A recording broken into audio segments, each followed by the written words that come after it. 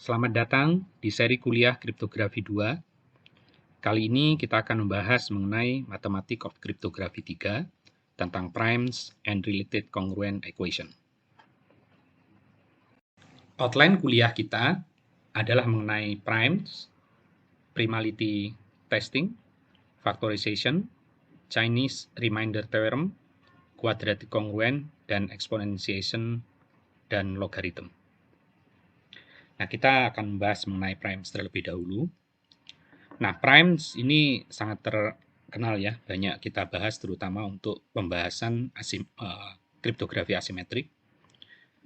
Topik yang akan kita bahas di primes adalah mengenai definisi, kemudian cardinality of primes, checking for primeness, Euler P-function, Fermat-Little theorem, kemudian kita bahas Euler theorem, dan bagaimana mengenerate bilangan prima. Nah, bilangan prima sendiri itu didefinisikan sebagai sebuah bilangan yang hanya bisa dibagi oleh dirinya sendiri dan satu, di mana ia merupakan positif integer. Bilangan prima adalah bilangan yang bisa dibagi tepat oleh dua bilangan, yaitu bilangan satu dan dirinya sendiri.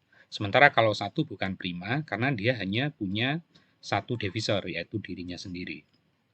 Kemudian kalau composite itu memiliki lebih dari dua divisor. Nah, bilangan prima paling kecil adalah 2, karena bilangan 2 bisa dibagi oleh dirinya dan 1.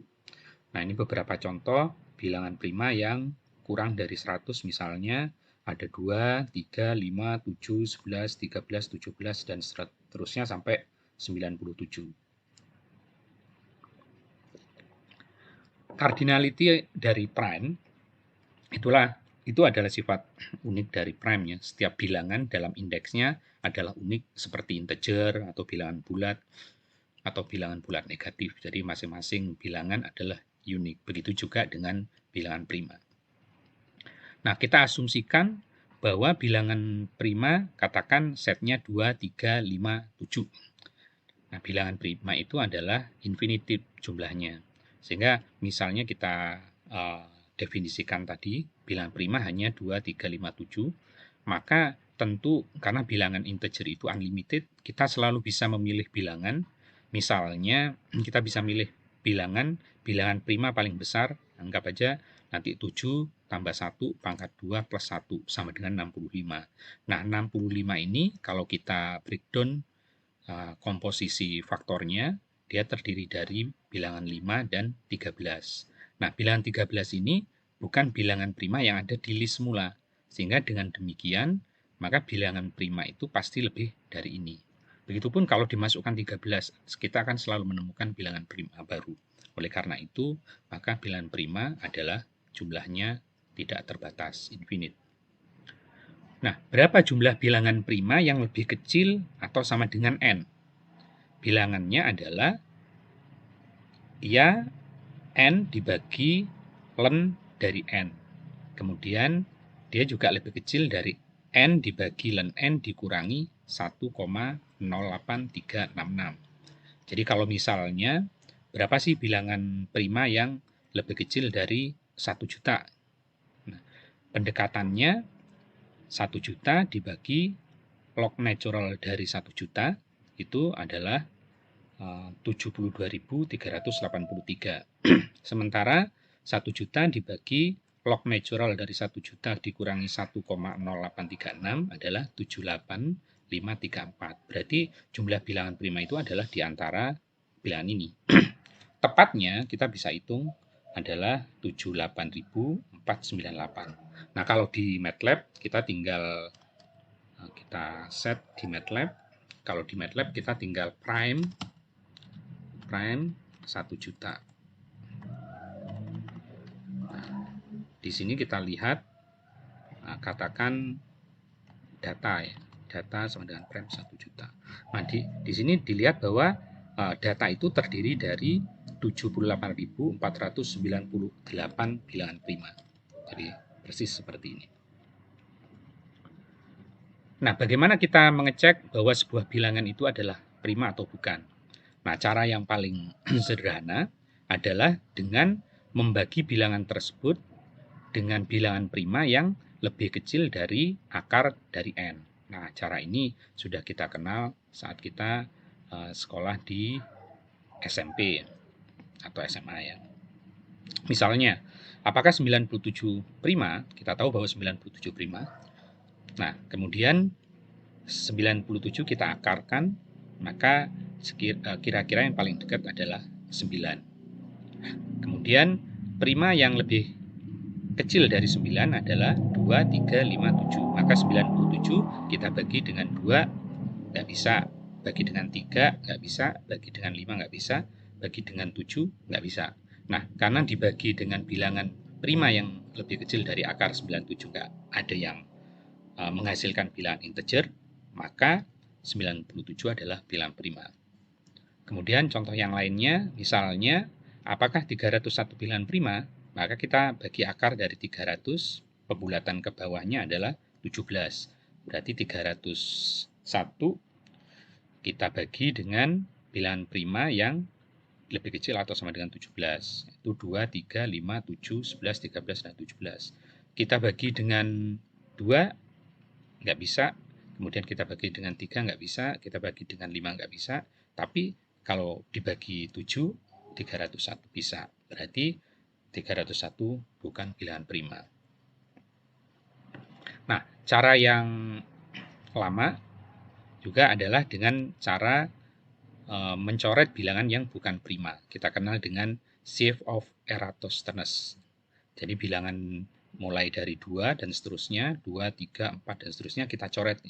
2 prima, 3 prima, 4 bukan, 5 prima, 6 bukan, 7 prima, 8 bukan, dan seterusnya. Sehingga ditemukan bilangan prima adalah bilangan yang nggak dicoret. Nah, namun untuk mendapatkan seberapa banyak sih bilangan prima, kemudian bagaimana mendapatkan prima, bagaimana mendapatkan bilangan prima, itu ada banyak cara yang kemudian dikembangkan. Nah, salah satu dasarnya adalah Euler P-function. Nah, Euler P-function atau yang kita sebut dengan Euler-Thiessen function itu memiliki peran yang sangat penting dalam kriptografi, terutama kriptografi asimetrik.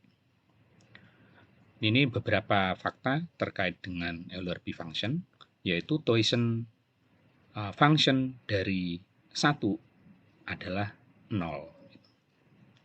Kemudian Thiessen function dari bilangan prima adalah bilangan prima dikurangi 1. Thiessen function dari sebuah bilangan m kali n adalah Thiessen function dari m dikali Thiessen function dari n. Dengan syarat m dan n itu relatively prime. Kemudian Thiessen function dari bilangan prima pangkat e adalah bilangan prima pangkat e kurangi bilangan prima pangkat e min 1. Nah, contoh, setiap bilangan pasti akan bisa di breakdown dalam faktornya, baik prima maupun yang bukan prima. Nah, kalau kita pecahkan ke bilangan prima semua, setiap n pasti bisa kita susun sebagai bilangan prima 1 pangkat E1 dikalikan bilangan prima 2 pangkat jumlah bilangan primanya atau E2 dikalikan dan seterusnya sampai prima ke K dengan jumlah bilangan prima K sebanyak E ke K.